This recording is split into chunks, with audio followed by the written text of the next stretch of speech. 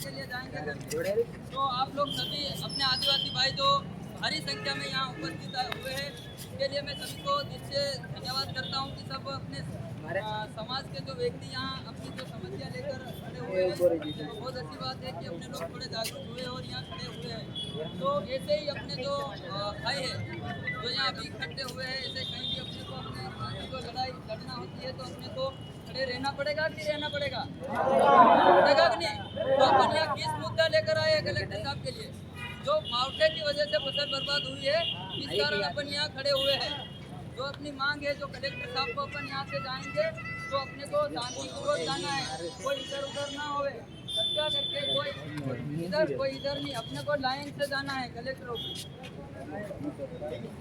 तो अपन यहाँ कलेक्टर महोदय को अपन ये जो आवेदन पत्र देने के लिए आए हैं वो मैं पढ़ के बताऊंगा।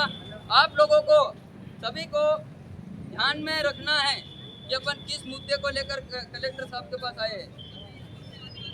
आदिवासी परिवार मजदूर संगठन गुजरात प्रति महामहिम राष्ट्रपति महोदय जी, राष्ट्रपति भवन नई दिल्ली, माननीय प्रधानमंत्री महोदय जी, प्रधानमंत्री कार्यालय साउथ ब्लॉक, माननीय राज्यपाल महोदय जी, राज्य भवन गांधीनगर गुजरात, माननीय मुख्यमंत्री महोदय जी, मुख्यमंत्री कार्यपाल गांधीनगर गुजरात, श्रीमान कलेक्टर महोदय जी, विषय में भाग्य मजदूर में गुजरात में हुई अतिवृष्टि से फसल खराब से नुकसान का मुआवजा दिलवाने बाबत अपन यहाँ आए।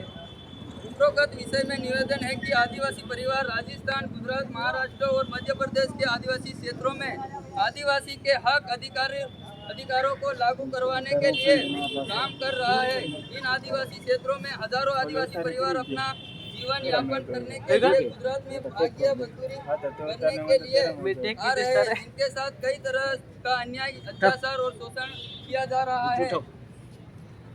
भाग्य मजदूर का सर्व करावर अतिवृष्टि से फसलें खराब हुई है और नुकसान हुआ, उसका मुआवजा दिलवाया जाए, क्योंकि राज्य सरकार द्वारा हाल ही में हुई अतिवृष्टि से हुई नुकसान करावर किसानों को 10,000 करोड़ रुपए का राहत पैकेज जारी किया गया है और किसानों को मुआवजा चुकाने वाली है। खेतों में काम कर फसल पैदा करने वाले तो भाग्य मजदूर है, जिनको इसका कोई फायदा नहीं मिलने वाला है। नुकसान हुआ है वो भाग्य मजदूर का हुआ है, फसल भाग्य मजदूर ने पैदा किया है। तो ये मुद्दा ये है कि खेडूत लोगों को गुजरात के अंदर मुआवजा मिल रहा है तो अपने आदिवासी भाइयों को कुछ नहीं मिल रहा है। तो अगर अपन भाग रख रहे हैं तो अपने को भी 100% में से 30% मुआवजा मिले। कलेक्टर साहब को अपन ये आवेदन देने जाएंगे ना? और दूसरा मुद्दा, भाग्य मजदूर को किसान द्वारा एडवांस कर्जा किया जाता है। कर्ज के बदले में भाग्य मजदूरों को किसान के खेतों में दिन रात काम करना पड़ता है। जरा सी बात पर गाली गलौज मारपीट आम बात है। भाग्य मजदूर का हिसाब वर्ष के अंतिम में 4 थे या कोई जगह में 5वें हिस्से से किया जाता है और कर्ज निकाल कर कर्ज चुकाने को कहा जाता है। नहीं चुकाने पर भाग्य मजदूर को बधाव मजदूरी कराई जाती है और दूसरी जगह पर काम पर नहीं जाने देते। और गुजरात के अंदर ये जो अपने आदिवासी लोगों के साथ मेन मुद्दा है, जो अपन कहीं भी जाते हैं तो अपनी बात नहीं सुनी जाती है। इस कारण भी कलेक्टर साहब को अपन आवेदन देंगे कि नहीं देंगे? देंगे। साथ गुजरात के अंदर भेदभाव होता है कि नहीं होता है? होता है ना? हाथ उससे करो, होते हैं कि नहीं होते हैं? तो ये जो मुद्दा लेकर अपन कलेक्टर साहब के पास जाएंगे। और तीसरा, भाग्य महिला मजदूर के साथ अन्य शोषण की घटनाओं आम बात है, जिस पर कोई कार्रवाई नहीं होती है।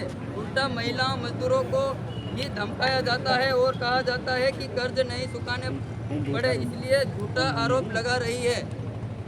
फसल कितनी हुई, फसल कब बेचनी है, किस भाव से बेचनी है, सब कुछ किसानों की मर्जी से होता है। भाग्य मजदूर को कोई जानकारी नहीं दी जाती। जानकारी देना चाहिए कि नहीं देना चाहिए?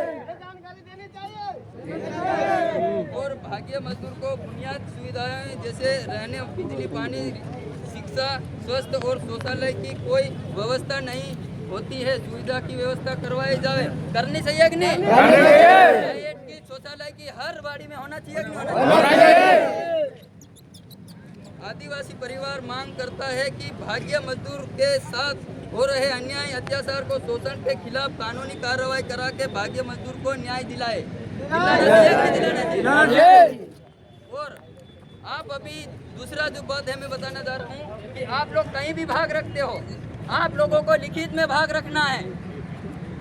आप मेरी ये बात ध्यान रखना, लिखित में रखना चाहिए कि नहीं रखना चाहिए? कल को आप लोगों के साथ कोई भी घटना घटती है तो आप किस आधार पे वहाँ लड़ोगे? तो आप कहीं भी रहते हो तो आपको लिखित में भाग रखना है। और आप लोग यहाँ आए हो, आप लोगों को लोगों के सामने अपने को शांतिपूर्वक यहाँ से जाना है। लोगों को ऐसा नहीं लगना चाहिए कि लोग इधर खड़े उधर खड़े। और ऐसी लड़ाई अपन यहाँ अपने जो मुद्दे जो फसल बर्बाद हुई है मावठे की वजह से, इस बात को लेकर अपन यहाँ उपस्थित हुए हैं। आप लोग सभी उपस्थित हुए हैं अपने हक के लिए। अगर अपने को अपने हक के लिए लड़ना है तो सभी इस स्तर पे आओगे कि नहीं आओगे? और जागरूक होना जरूरी है कि नहीं जरूरी है? अपनी एकता बनाओ। अपनी एकता बनेगी तो ही अपन आगे लड़ पाएंगे। और अपन अब यहाँ से शांतिपूर्वक कलेक्टर ऑफिस जाएंगे आवेदन पत्र देने के लिए, कोई इधर उधर ना जाए। और ये जो मैंने मुद्दा रखा है, पहली बात जो अपने आदिवासी भाइयों की जो बच्चे पढ़ाई करते हैं स्कूल के अंदर, उन लोगों को छात्रवृत्ति नहीं मिलती है, एक ये मुद्दा भी आया है। हाँ आया है। ऐसी अन्य घटना घटती है, अगर आप लोगों के साथ कहीं भी घटना घटती है तो अपन उनको न्याय नहीं दिला पाते। हम आदिवासी परिवार मजदूर संगठन से वहाँ अगर हम जाते हैं तो हमें कहते हैं कि भाई तुम्हारे लोगों ने प्रूफ है, उसके पास सब भाग रखा है। तो आप लोग कहीं भी भाग रखते हैं तो आपको लिखित में भाग रखना है। रखोगे कि लिखित में भाग? तो जय जोहर। और आप यहाँ जो भाग को लेकर अभी भाग रख रहे हैं, आप किस स्तर पे भाग रख रहे हो? सभी यहाँ उपस्थित हुए, किस स्तर पे भाग रख रहे हो आप? आपको कौन सा भाग चाहिए? के लिए क्या करना पड़ेगा? तो एकता करनी पड़ेगी कि नहीं करनी पड़ेगी? एकता बनाओ अपनी, तो ही अपन आगे लड़ पाएंगे। और अभी यहाँ सब अभी व्यवस्थित खड़े हैं, हम बात कर लेते हैं, उसके बाद अपन कलेक्टर ऑफिस जाएंगे। और मेरी बात यहीं समाप्त करता हूँ। अपने को ये मुद्दे बताने की व्यवस्था है, ज़्यादा अपन यहाँ वो नहीं कर सकते, इसलिए अपन कलेक्टर ऑफिस जाएंगे। क्योंकि अपन यहाँ मुद्दा बता सकते हो आप।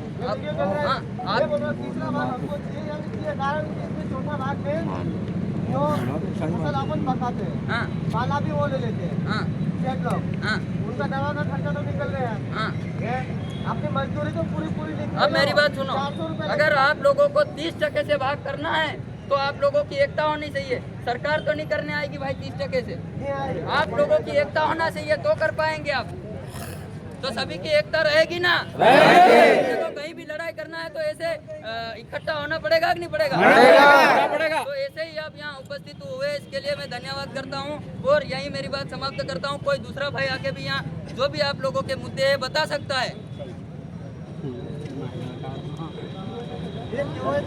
हाँ, उसको भी बोलना है। अपन यहाँ थोड़ी देर निकलेंगे। अभी तो बोल दूँ, अभी गुजरात के अंदर अपने लोगों के साथ भेदभाव, पुलिस स्टेशन के अंदर अपनी FIR नहीं लेती है। किसी को पता है FIR किसी की लेते हैं?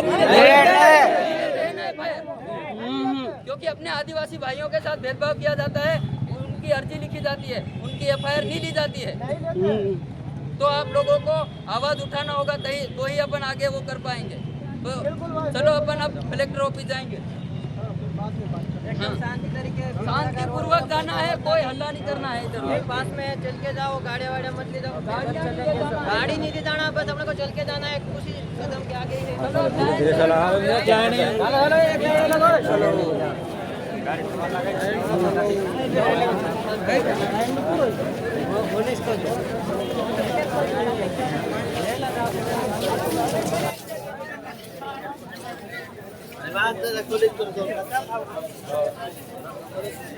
तो भाई सब कलेक्टर साहब के पास जा रहे हैं, तो वहाँ पे है, तो चलो चलते हैं गाइस।